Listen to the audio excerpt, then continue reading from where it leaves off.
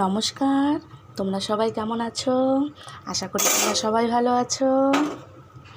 আমি এখানে পনির নিয়েছি। আজকে একটু ডিফারেন্ট কিছু রান্না করব। আশা করি আমার এই রান্নাটা তোমাদের সবার ভালো লাগবে। এখানে দেখো আমি টমেটো পেস্ট করে নিয়েছি। আমি এখানে 2টো টমেটো নিয়েছি, হাতে করেছি। আর আমি এখানে পেস্ট করেছি মগজ বাটা, কাজু বাটা আর পোস্ত আর সর্ষে। আজকে আমি সর্ষে আর পোস্ত দিয়ে পনিরটা করব। এটা হচ্ছে পনির ভাপা করব। কড়াই বসিয়ে দিয়েছি, আমি ওর মধ্যে সর্ষের তেল দিয়েছি। পনিরটা একটু লাল লাল করে ভেজে নেব। তেলটা আর একটু গরম হবে, এখন পুরোপুরিভাবে হয়নি। তোমাদের কাদের কাদের পনির খেতে ভালো লাগে আমাকে কমেন্ট বক্সে জানাবে। আর এইভাবে একটু খেয়ে দেখবে, ভালোই লাগবে। সবসময় তো আমরা একইভাবে রান্না করি, হয় হচ্ছে পটল পনির বা চিল্লি পনির। পনির ভাপাটা সবসময় হয় না। পনিরগুলো আমি 4 কোনা করে কেটে নিয়েছি। আমি আগের থেকে লবণ মাখিয়ে রেখেছি। অল্প করে ভেজে নেব, জাস্ট অল্প একদম। দেখো পনিরটা আমি তুলে নিয়েছি, জাস্ট আমি অল্প একটু ভেজেছি। আর কড়াইতে আমি কালো জিরা দিয়ে দিয়েছি। এখন আমি টমেটো পেস্টটা দিয়ে দেব। এর আগেও আমি তোমাদের সাথে পনিরের রেসিপি শেয়ার করেছি।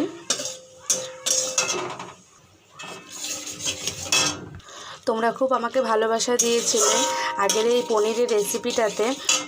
তাই আজকে ভাবছি আবার একটু নতুন কিছু নিয়ে তোমাদের সাথে পনিরের রান্না শেয়ার করা যায়। আমি এখানে বেশি হলুদ দিইনি, জাস্ট অল্প একটু হলুদ দিয়েছি আর একটু লবণ দিয়েছি। আর টমেটোটা পেস্ট করে যেহেতু দিয়েছি, তার জন্যই লবণ আর হলুদ অল্প একটু দিলাম।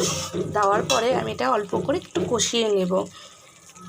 তাহলে টমেটোর যে কাঁচা ভাবটা থাকে সেটা থাকবে না।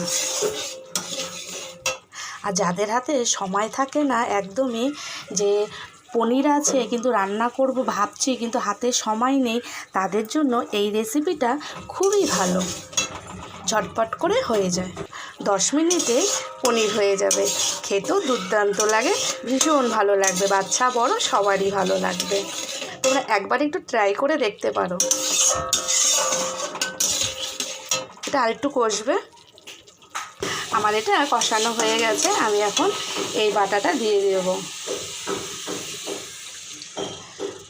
আজকে রোদ্রু নেই, মেঘলা মেঘলা আকাশ, মাঝে মাঝে রোদ উঠছে, কিন্তু ভীষণ গরম। আজকে একটু রান্না করতে ভালো লাগছে না, তাই পনির ছিল, তাই ভাবলাম একটু ঝটপট এটাই করে ফেলি। আর তোমাদের সাথেও একটু কথা বলা হয়ে যাবে, রান্নাটাও আমার হয়ে যাবে। চেরা কাঁচা লঙ্কা দিয়ে দেব। এটা তো ঝাল হবে না। অল্প একটু বাটিটা ধুয়ে আমি একটু জল দিলাম। আর এর মধ্যে আমি এখন পনিরগুলো দিয়ে দেব। অল্প চিনি দেব। কেউ তোমরা চাইলে এটা খুবই একদম শুকনো গাঢ় নাও রাখতে পারো, শুকনোও রাখতে পারো, যার যেরকম পছন্দ। আমি একটু জল দিয়েছি বাটিটা ধুয়ে। পনিরগুলো দিয়ে দেব, সব একে একে ছেড়ে দেবো, দিয়ে একটু ঢেকে দেব। উঠছে না।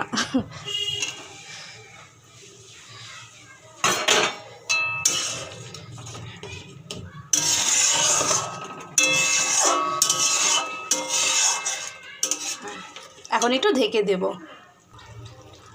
একটু এর উপরে একটু সরষের তেল ছড়িয়ে দেব।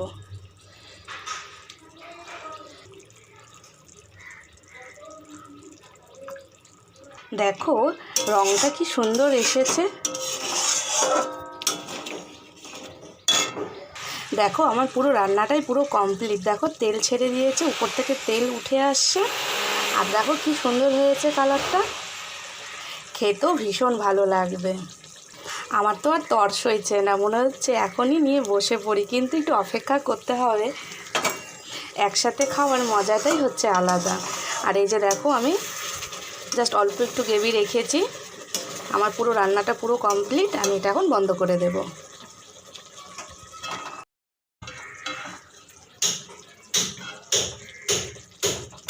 পুরো গ্যাস আমি বন্ধ করে দিয়েছি। কেউ যদি 10 মিনিটে কোনো রেসিপি রান্না করতে চাও পনিরে, আমি বলবো এর মতো ভালো সুন্দর তাড়াতাড়ি রেসিপি আর কোনোটাই হবে না।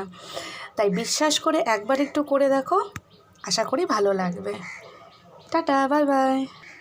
দেখো আমি নামিয়ে নিয়েছি, আর দেখো যে সুন্দর হয়েছে।